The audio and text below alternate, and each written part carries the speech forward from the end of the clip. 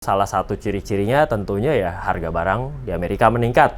Lalu juga nilai mata uang yang turun secara drastis. Sebelum terjadinya keputusan menaikkan suku bunga tersebut, impact terhadap pergerakan market ini udah ada. Semakin bagus penjualan retail masyarakat, artinya daya beli di situ juga meningkat.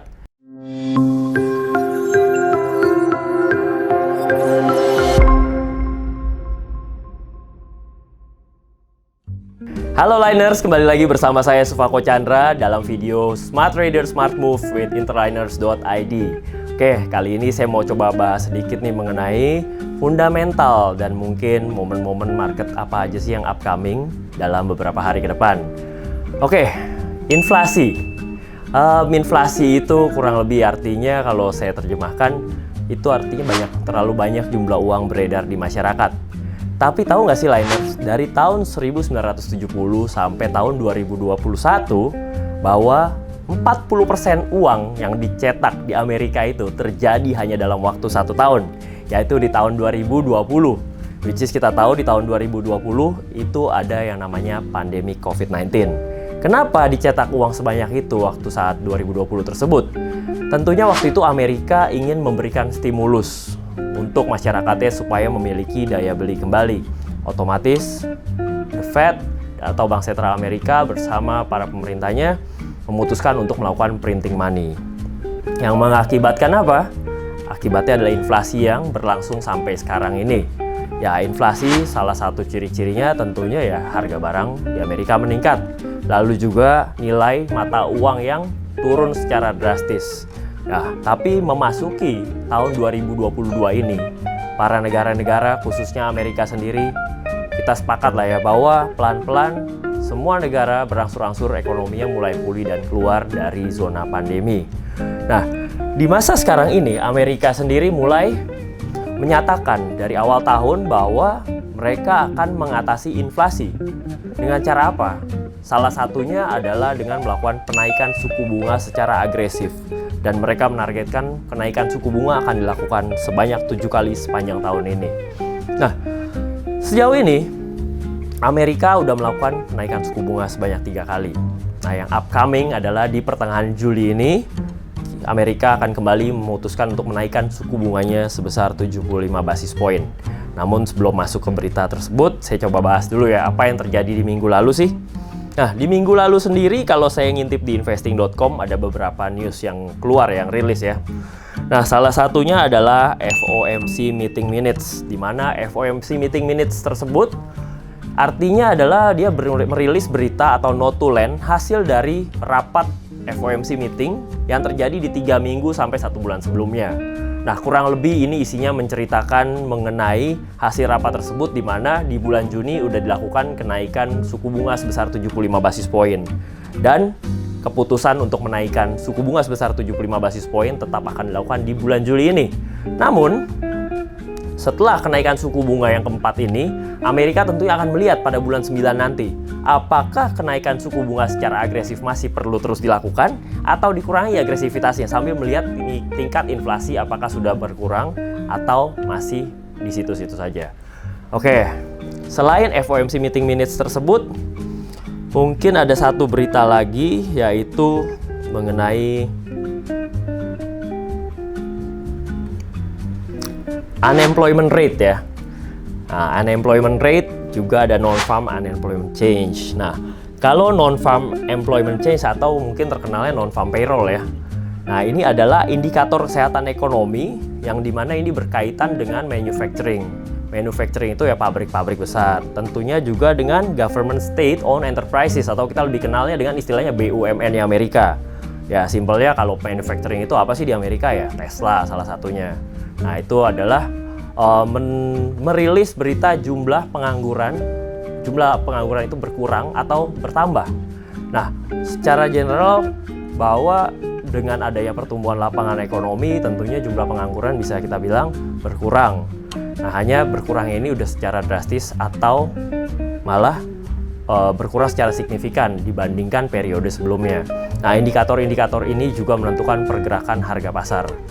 Nah, tentunya selain itu ada momen juga di hari Selasa malam waktu di minggu lalu itu di mana market emas ini sempat menyentuh level terendahnya untuk di tahun 2022. Yaitu kita tahu di awal tahun market sempat di 1780-an, namun di Selasa minggu lalu telah tercipta harga low yang baru untuk tahun ini di 1765. Nah, oleh karena itu kita kenapa antusias sekali menanti kira-kira pengumuman kenaikan suku bunga di minggu depan ini atau di akhir minggu ini kira-kira akan membuat market kembali terkoreksi sampai ke level berapa nih? Karena low yang baru udah berhasil dibuat. Oke, lalu kalau kita lihat nih ya, mungkin saya bahas sedikit mengenai jam operasional market ya. Dalam 24 jam, tentunya yang pertama pagi kalau di waktu Indonesia Barat kita, itu pasar Asia dulu yang dibuka ya. Indeks Hang Seng misalnya kita paling familiar, indeks Korea, indeks Jepang. Lalu di sore hari, ini yang dibuka ini Eropa, ya kurang lebih jam 3:30, 4. Nah, umumnya kalau orang-orang yang trading gold ini nunggunya malam nih. Kenapa nunggunya malam? Karena pasar Amerika ini dibuka kurang lebih jam 8 ya, setengah 8, setengah 9. Lalu mereka menanti berita-berita ekonomi apa yang rilis di Amerika. Kenapa? Karena pergerakan market di emas ini umumnya akan menjadi bergerak secara signifikan dibanding pagi dan sorenya. Nah, jadi kalau biasanya para traders nih ya, para liners mungkin yang udah terbiasa trading, ya bisa saya kategorikan mungkin orang-orang yang cenderung transaksinya lebih ke hit and run, atau mungkin cari-cari market yang gerakannya tenang, mereka masuknya lebih kepada dari pagi sampai sore nih. Tapi kalau yang mau gerakannya kencang, volatilitasnya, itu berarti mereka lebih cenderung menunggu news. Seperti itu. Nah, umumnya pergerakan sore hari yang tidak banyak pengaruhnya dari dampaknya dari pergerakan pasar Eropa. Kenapa? Karena Eropa nggak memberikan banyak pengaruh kepada market emas. Nah, namun demikian, menurut saya ini belakangan ini perlu diperhatikan juga pergerakan di sore hari ini udah mulai ada efeknya nih dari pasar Eropa. Kenapa? Karena sepanjang tahun 2022 ini, untuk pertama kalinya di bulan Juli ini, European Central Bank atau ECB ini juga akan menaikkan suku bunga untuk pertama kalinya. Dan ini harus menjadi perhatian kita juga. Nah, that's why kenapa untuk momen kenaikan suku bunga di bulan Juli, saya cukup concern untuk kita aware ke sana untuk segera melakukan pengambilan posisi dari sekarang. Kenapa harus ambil posisi dari sekarang? Karena biasanya sebelum terjadinya keputusan penaikan suku bunga tersebut, impact terhadap pergerakan market ini udah ada. Ya, which is bisa saya bilang dari mulai di minggu lalu tersebut, di hari Selasa itu terciptanya low baru. Jadi dari sekarang pun saya juga udah bisa menyarankan untuk kita selalu bersiap-siap nih ambil posisi. Nah, lalu di minggu ini sendiri ada beberapa poin atau berita yang akan rilis. Yang pertama itu mengenai CPI dan Core CPI. CPI ini Consumer Price Index, ini indeks daya beli masyarakat. Ya, bisa dibilang semakin tinggi daya beli masyarakat, ya artinya kan masyarakat ini cukup konsumtif dan bisa dibilang daya belinya bagus. Nah, di sini kalau datanya Core CPI-nya pun bagus untuk US dollar, dan itu akan mendukung penurunan harga emas. Nah, jadi ada Core CPI sama CPI, tapi yang jadi perhatian kita lebih ke CPI-nya aja. Yang berikutnya ada juga retail sales dan core retail sales. Ya, ini yang kita perhatikan lebih ke core retail sales. Core retail sales ini indikator kesehatan ekonomi yang tentunya ditentukan berdasarkan indikator penjualan. Ya, penjualan retail dari masyarakat. Core retail sales namanya ya. Semakin bagus penjualan retail masyarakat, artinya daya beli di situ juga meningkat. Dan daya beli meningkat artinya bagus buat ekonomi si negara ini. Artinya bisa dibilang ketika ekonomi negara Amerika ini bagus, maka inflasinya pun bisa dibilang berkurang.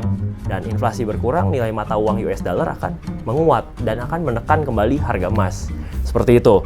Jadi CPI dan PPI itu biasanya umumnya sejalan. Lalu ada core retail sales yang bisa dibilang sebenarnya forecast-nya yang saat ini mungkin belum rilis forecast-nya kalau kita lihat di investing. Namun umumnya ini kalau dilihat dari data-data yang sebelumnya, rata-rata di sepanjang tahun ini adalah datanya mendukung very good for USD, sehingga lebih cenderung akan membuat market terkoreksi. Oke, kalau kita lihat di grafik, mari kita buka MetaTrader. Jadi kalau saya ngelihat ke waktu untuk jangka menengah sama jangka panjang, saya sendiri lebih cenderung menggunakan chart di H4 dan D1. Nah, untuk di H4-nya sendiri, kalau saya lihat dari moving average, kebetulan saya pakainya MA20, 50, dan 100. Ini lebih cenderung membentuk tren turunnya secara sempurna. Nah, demikian pula jika dilihat di daily. Sama ya, tren turunnya juga masih bagus ini. Nah, namun kalau saya tarik ke belakang di sejak hari Selasa minggu lalu, di mana harga low terendah sepanjang tahun 2022 terbentuk. Nah, ini di sini kita harus waspadai juga momen rebound. Kenapa? Tentunya buat para liners yang misalnya ingin memanfaatkan posisi sell, mereka tentunya menunggu sekali momen reboundnya market. Nah, tentunya dan kembali lagi kalau buat yang mau memanfaatkan posisi buy, bisa juga dia menunggu nih nanti hasil pengumuman dari suku bunga tersebut. Kenapa? Karena biasanya emang hasil dari pengumuman suku bunga, kalau suku bunga dinaikin, marketnya ini lebih cenderung untuk turun. Dan dimana di situ baru para liners bisa manfaatkan untuk ambil posisi di bawah. Nah, lalu kenapa tadi saya bilang beberapa kali kita harus bergegas untuk ambil posisi dulu dari sekarang, udah siap. Karena ketika terjadinya pengumuman kenaikan suku bunga tersebut, umumnya itu efeknya itu udah terasa dari beberapa hari sebelumnya, malah terkadang dari 1-2 minggu sebelumnya. Ya salah satunya ini adalah momen di Selasa minggu lalu tersebut, yang dimana harga low ini terbentuk. Bukan nggak mungkin harga low yang berikutnya pun akan terbentuk kembali, bukan nggak mungkin, itu bisa saja terjadi. Namun jangan sampai kita ketinggalan, kenapa kita nggak manfaatkannya dari sekarang. Oke, sekian mungkin informasi dari saya, pembelajaran tadi mengenai sedikit hal mengenai fundamental dan mungkin pembahasan singkat mengenai teknikal. Mudah-mudahan bermanfaat buat para liners dan para calon nasabah yang bergabung. Dan jangan lupa untuk selalu kepoin Instagram Interliners dan juga subscribe YouTube-nya kami di interliners.id dan selalu nantikan video-video kita berikutnya. Oke, demikian video kali ini bersama Smart Trader Smart Move by interliners.id. Thank you liners.